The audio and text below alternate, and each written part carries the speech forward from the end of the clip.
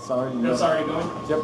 Alright, so looks like it's just a few guys say it's 5 o'clock. Sorry, I had to do this late. I actually had to work today, so I couldn't come in until a little bit later. But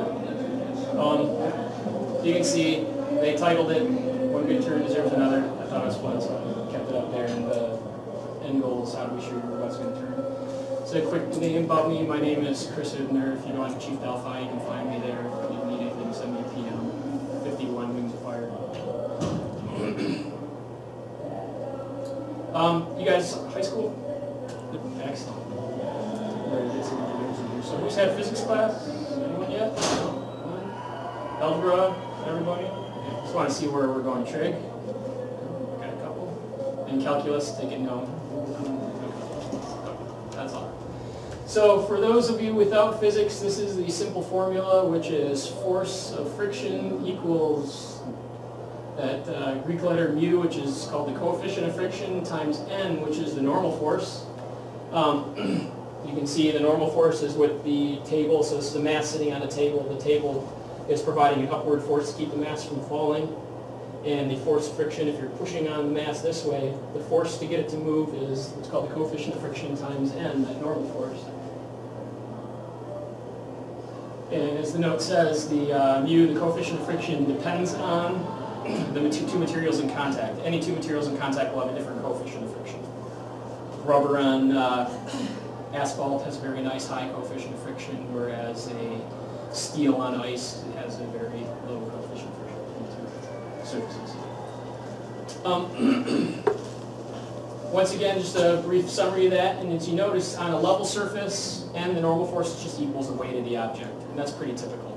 The reason why they call it the normal force in the equation and not W for the weight is because if the surface is inclined, well then the normal force is not equal to the weight. It's equal to the weight times sine of the slope.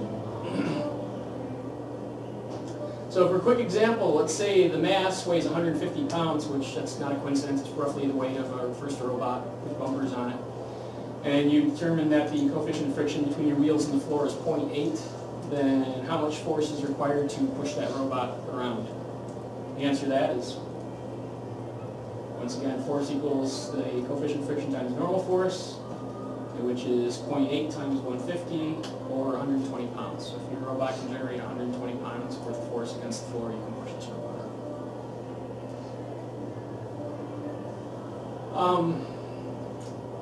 The above examples and the little picture with the mass sitting on the table at just a single surface of contact. The question is what if there are multiple contact areas? For us, that's the different wheels on the robot. And as you can see, we have the weight of the robot, and we represent the weight as being located wherever the center of mass of the robot is. And we can measure the center of mass from one of the wheels, from one end of the robot or the other. The total length of the robot between the wheels is L, and you wind up with a normal force on the rear wheels and a different normal force possibly on the front wheels, depending on where that center of mass is located. I'm going to spare you the boring details here, so if you want to go through the math, this is actually done in the appendix of this presentation. If you want to download it, it'll be in white papers at chiefdelphi.com. But for this, you can see the front wheel is the normal force is the weight, actually the two front wheels, is the length of the center of mass divided by the length, so it's that ratio, and the rear wheels is just 1 minus this ratio. What that says basically is as the length of the center of mass gets bigger and moves more towards the front, the normal force gets higher towards the front and then it lowers towards the rear. The reason why I bring this up is simply to show you that you can have different forces of friction on your front wheels than you can off your back wheels depending on where the center of mass in your robot is located.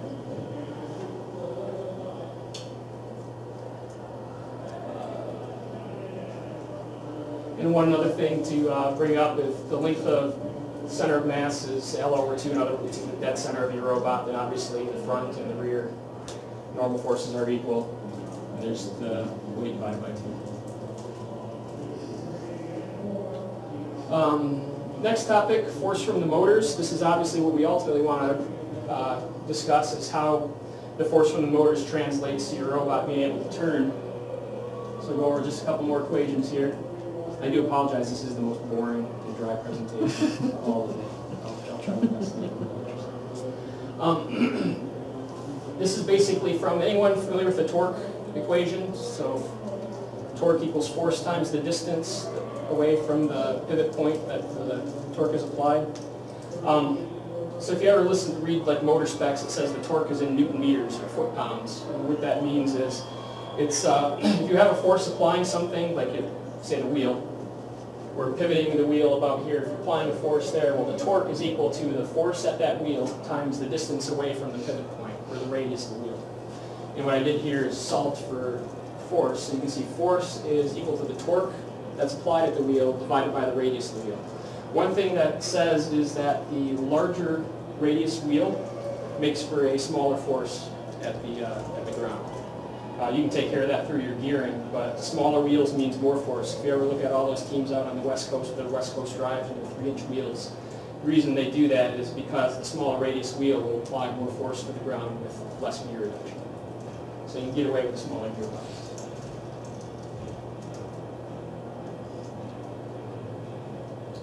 Alright, question is, what happens when the wheel, this F, which is the force applied by the motors, exceeds the coefficient of friction times the normal force? Well, the simple answer is the wheel breaks free and starts to slip and spin. And that's what we're going to wind up talking about quite a bit, is when that slip starts to occur.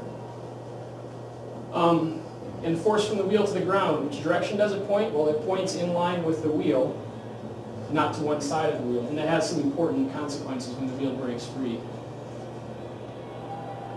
which we will talk about.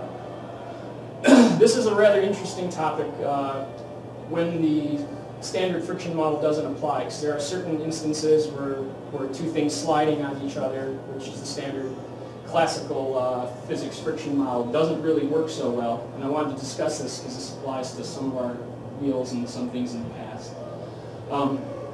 One is if there is significant deflection of the surface, or if there's interlock between the surface, then the regular friction model doesn't apply. For example, a good example is, I don't know how many people snowmobile, like a snowmobile track. When the track digs into the snow, it's no longer very much friction at that point, because the track of the snow, or the track as it's in the snow, pushes off the side of the snow, and it's more like a normal force pushing off the wall than it is friction at that point.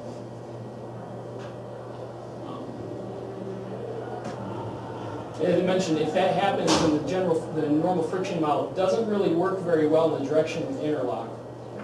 Because it's a normal force, like I said, more like pushing off the wall, and the frictional force in the side direction isn't really affected with that, other than the fact that that can increase the normal force. And a good example I will show later on. Actually, I'll get that on more slides. So here's a good example of when the normal friction model doesn't work very well, like your normal paddle, like a paddle tire. This is a lot like a snowmobile tread. This will dig into whatever it's riding off of as long as the surface is somewhat soft. And the paddles will interlock with the surface and, like I said, push off it rather than slide against it, so friction doesn't work so well with the models. Another good example, one's close to my heart, is the old-fashioned cleated tread, which these were popular in First back in the day before they became illegal. These were actually before we sharpened them. This is from an old robot that I did about 11 years ago.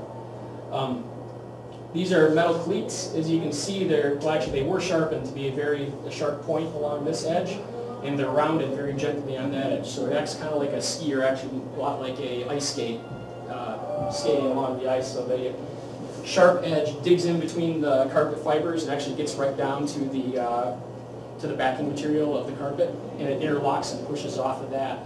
Whereas when it slides sideways, the radius makes it float across the carpet in the other direction without leaving it.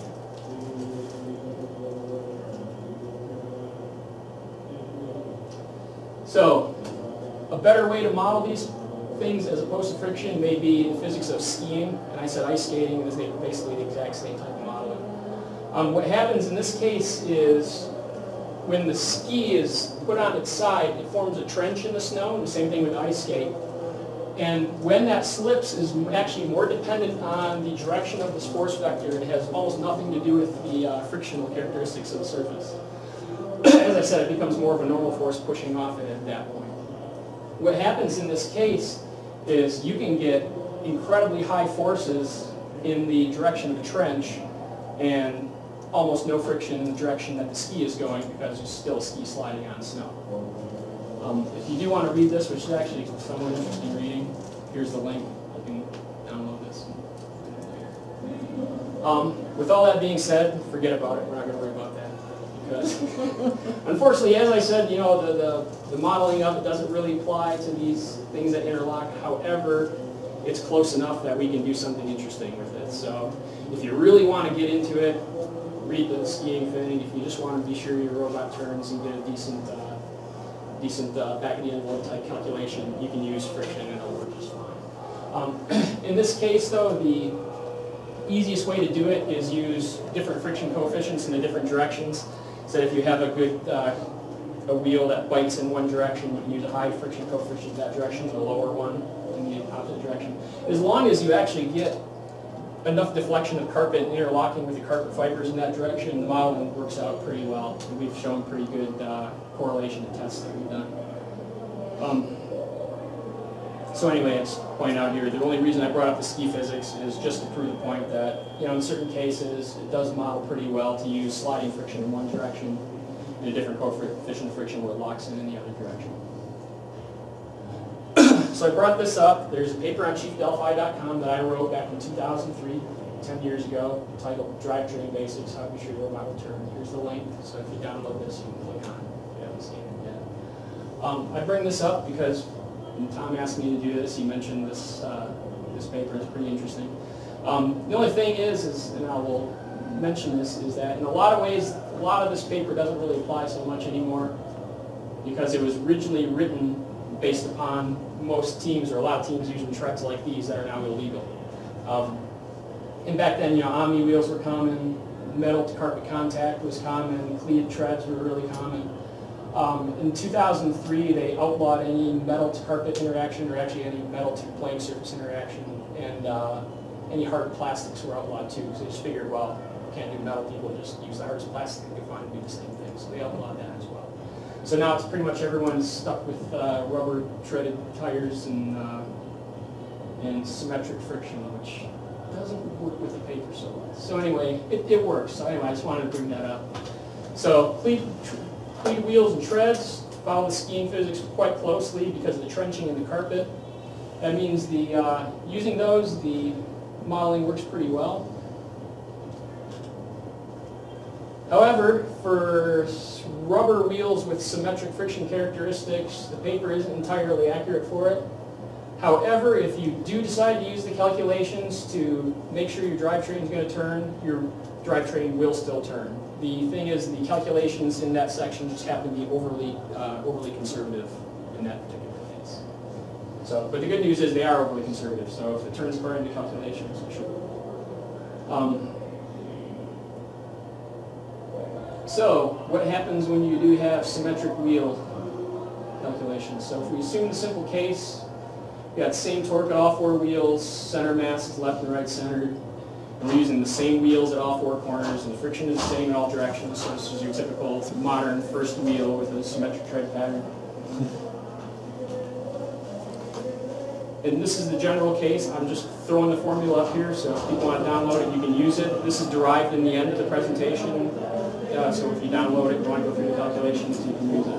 But the important point to show is that it's obviously still dependent upon the coefficient of friction between the wheels and the carpet, the weight of the robot, the length to the center of mass, and it also still depends on this track width to wheelbase ratio.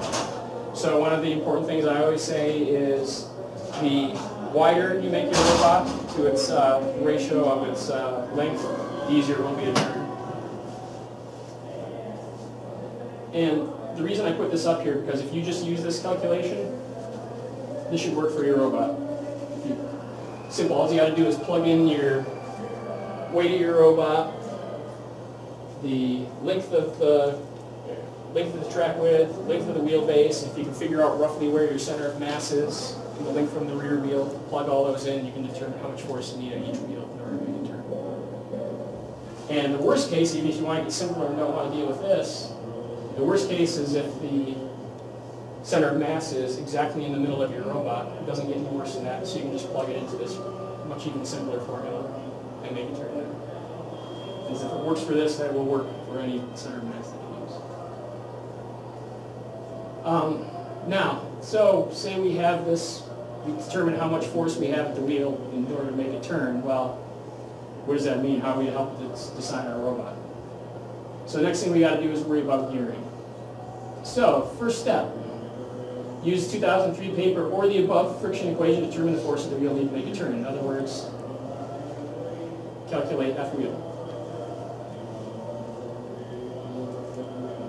Know the stall torque of your motor. You can find this from usually on First website, the kit parts area. They'll post motor specs for every motor that's in the kit. So a lot of us use sims, or 2 sims per side of the drivetrain. So you can look at the sim spec and say the stall torque is however many newton meters, foot-pounds, depending on what you want to use. If you're using 2 motors, just double it, so you have your stall torque. And better yet, use the motor torque at peak power. That'll give you a little bit more margin. Then you just need to use this equation, which says the torque at the wheel, this is how much you need in order to start turning, equals the force of the friction, which is on the previous page, times the radius of the wheel. You should already know roughly what you should have ordered the wheels by then. You'll know what they are. So you'll easily be able to calculate this torque. Then at this point, if you take the torque of the motor, which is the stall torque that you calculated here, divided by the torque of the wheel, right there, you know the gear ratio you have to use. As soon as you know the gear ratio, you can start designing your gearbox, your chains, and anything you need like that. So this is a fairly simple step. Doing all this. I've got a question. Oh, sure, go ahead. So this is all stuff that they can use to pre-calculate before you even buy a part. Exactly. Before you buy, you just do all your research on your motors, on what wheels you're thinking. Exactly. Before you take your basic design and start inputting data just to see which would work best. Correct, exactly. And a lot of things, like for instance, last year, if you want to triple balance, hey, we know we're going to be a wide robot, so you can say, okay, we're going to make a wide robot. This is roughly where our wheels are going to be. You should know already by this point your track width and your wheelbase. Right. So you want to do this all before you get it designed, and not apply it all to what you've already put together. Exactly. And find out you don't need yes, exactly. That's the design thing. So before you even start ordering parts for gears and sprockets and chains, you should do this calculation and determine what your minimum gear ratio needs to be. The other thing I mentioned is don't forget to account for losses due to gearing, which is roughly 10% per stage is a good rule. So in other words, if you're using, say, 2 different gear stages, you want to multiply by 0.9 times 0.9, or 0.81, and that'll be the loss of torque you're going to get throughout your gear stage. If you have 3, multiply 0.81 by 0.9 again. Now, does that hold true for planetaries as well? Is it similar enough? No, planetaries are actually different. If you are using planetaries, they generally have more losses. You'll want to do a little research on Google for typical losses of planetary boxes. Every gearbox is going to be different. If you want to really get involved, do some Google searches on losses of chain drives and spur gears, or planetary gears, or whatever you're going to use. And once again, add some safety margin. Whatever gear ratio you come up with, you may want to double.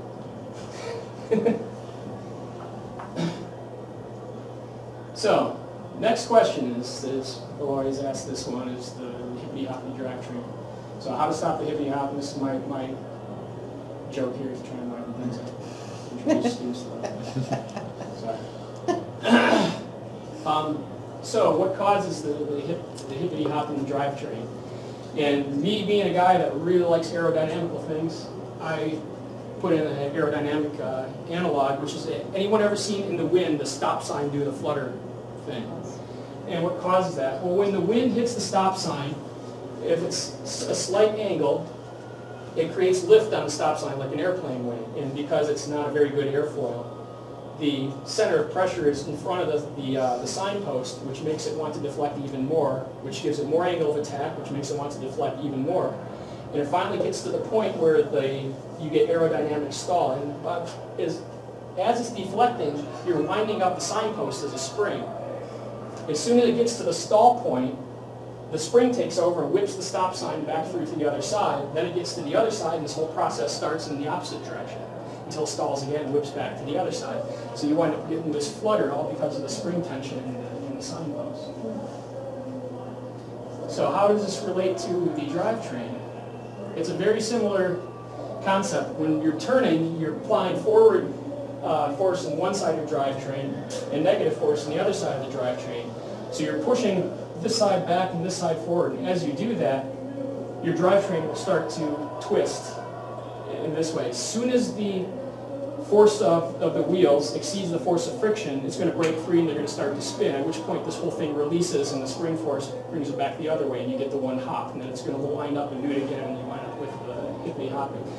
This happens from not only in the spring torque of the frame, but can also happen because of the way the, like if you use pneumatic tires, deflection in the tread can have the same type of effect. So how to stop it?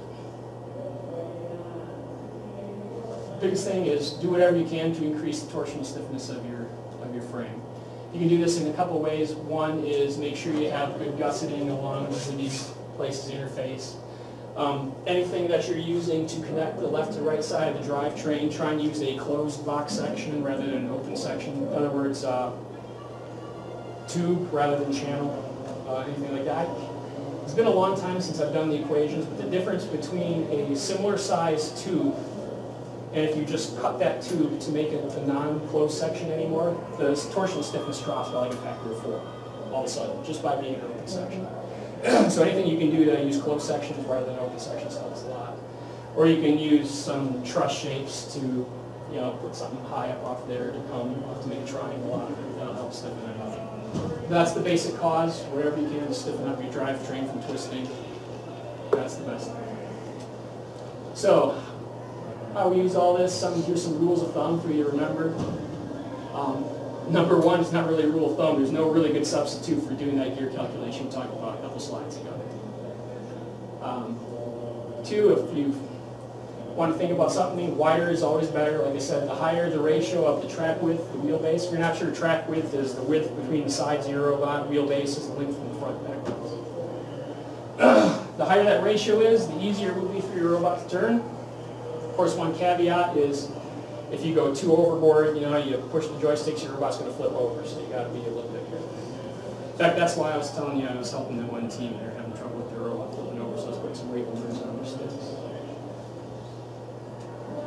There are some ways to compromise to give yourself a good ratio without flipping over. And one way is the classic 6-wheel drive with the drop center wheel. The reason why this works is then your drivetrain becomes actually 2 4-wheel drive drivetrains because the center wheel is dropped. So you have a wide drivetrain on the front when it rocks forward and a wide drivetrain on the back when it rocks back. Or the other way, this is what we do, doing this here, is 8-wheel drive with drop center force. So we actually have 8-wheel drive and our 4 wheels in the center are dropped about 1/8 of an inch, maybe about, I don't even know if it's an 1/8, it might be 3 seconds below the 2 outside wheels. So the wheels on the far side are kind of mostly there along for the ride until we start, someone starts pushing us one way or the other. That gives us kind of a nice wide footprint normally, but the extra wheels keep us from flipping over. And a lot of teams do this now, actually, which is not quite well. Another thing is the center of mass at the center of the robot is the worst thing you can do for turning. If you're having trouble, if your robot is light coming in underweight, if you ballast it to one end or the other, that will help your robot turn. If all else fails, so in other words, you design your robot and it's come competition time and oh my god, we got problems, what are we going to do? One thing you can do is consider using high friction wheels on one end of the robot and low friction wheels on the other end of the robot. This actually works quite well. So you can use some nice grippy traction wheels and on the front use either the really smooth treaded wheelchair wheels or even those goofy ones we had from 2009 if things really get bad. The other thing is you can consider wheels with asymmetric friction such as Omni wheels. That's always a good option if you really get down to it. Probably better than using those wheels from the Regolith a few years ago. Use some Omni wheels on that side so at least you can get some forward traction with them. Another thing you can do is you can consider machining a radius or slope to the side of some your hard wheels. So if you have wheels like this, a lot of people are using these this year. One of the issues with this wheel is there's a lot of sharp corners on the edge of those teeth, and they tend to like to catch the carpet fibers a lot. If you have the machining ability, you can always put a 45-degree slope on the side, so the sides slope up, and that'll help them skim across the carpet without catching on the fibers.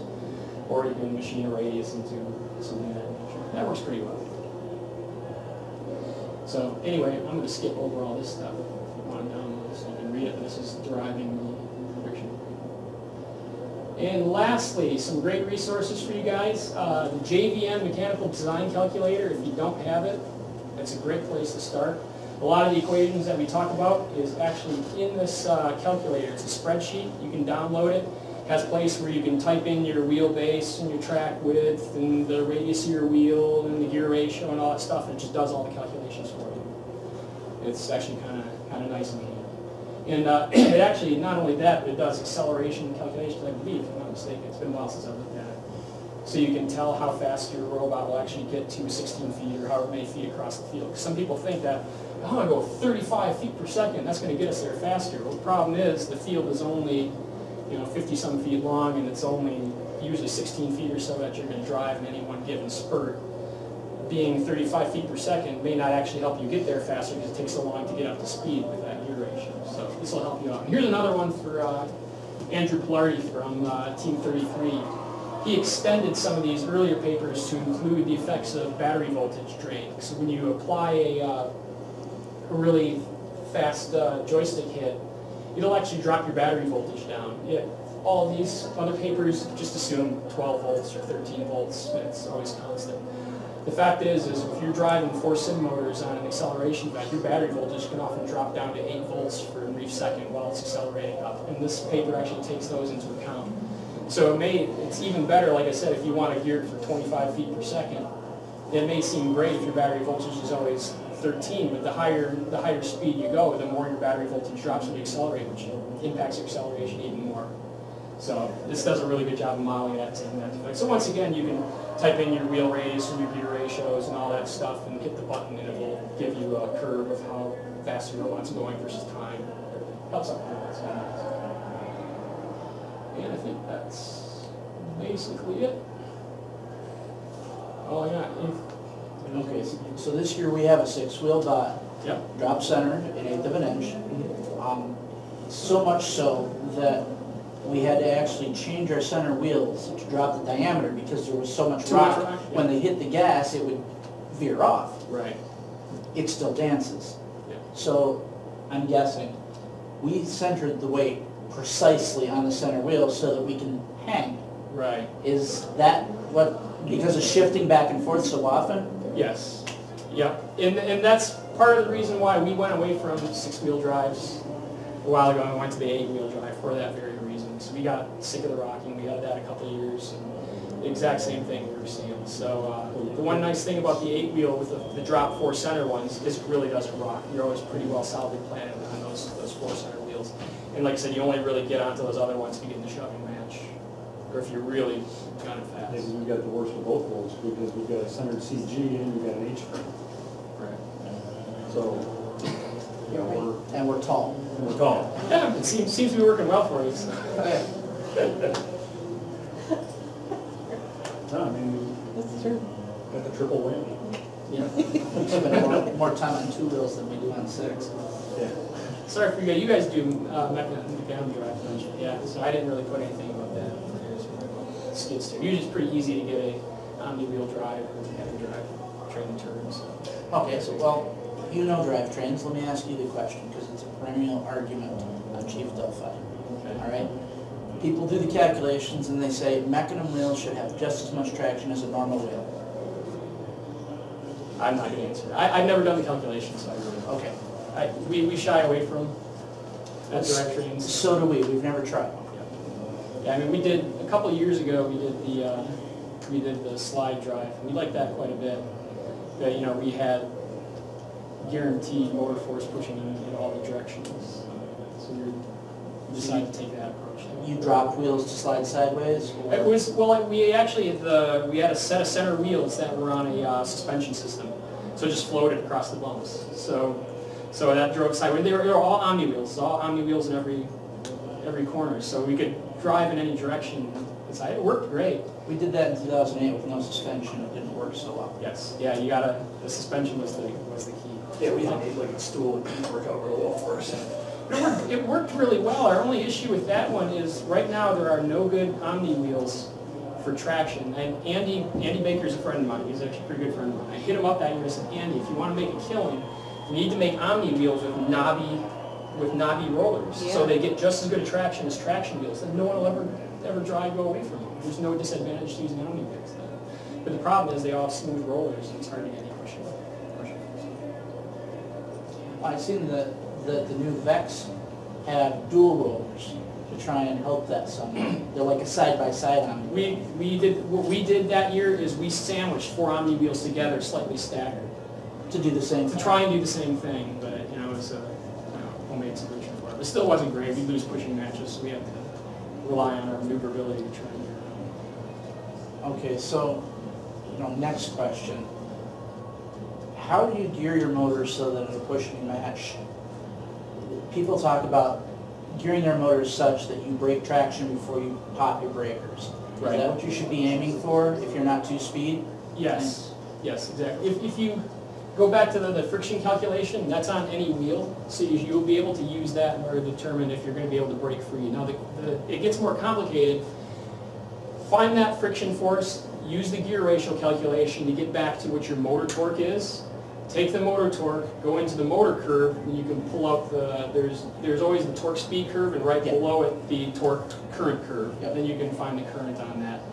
Then you'll be able to go to the table of the snap action breakers to determine how long at that current you have before it breaks. So it becomes more complicated. It's not. I think actually, I'm not sure if the polarity calculator. One of the calculators from Chief Delphi actually does have that. So, although one of the interesting things was, I got actually a good anecdote about this. It was 2003, in fact. We've been doing 4 motor drivetrains, 2 on each side for a while. We decided, you know what, we're going to be in a lot of pushing matches. Let's beef it up and go to 6. We're going to go 3 on each side. Because the problem was, we were in some pushing matches, we were clicking the snap action breakers on the drivetrains. Every now and then, the drive would die for a brief second before it would snap back to life. So he said, okay, well, we'll throw an extra motor on each side, so we'll bring the current level down. We won't trip those little breakers. Well, the problem was, then we got in our next pushing match, and it tripped the main breaker. Bang, our robot was dead the whole rest of the match. Now, that was a different breaker than they use right now. That's one thing, every now and then people I hear on Chief Delphi say, oh, we'll use 6 or 8 motors. Yeah, it's nice that you don't break the little breakers, but now you have to worry about tripping the big one and being dead for the entire match rather than just a few seconds for those other customers. Right. So yeah, we wound up taking those other extra motors off and just putting on a different drive pulley for different gear and stuff like that. So would you be a proponent then instead of 6 motor?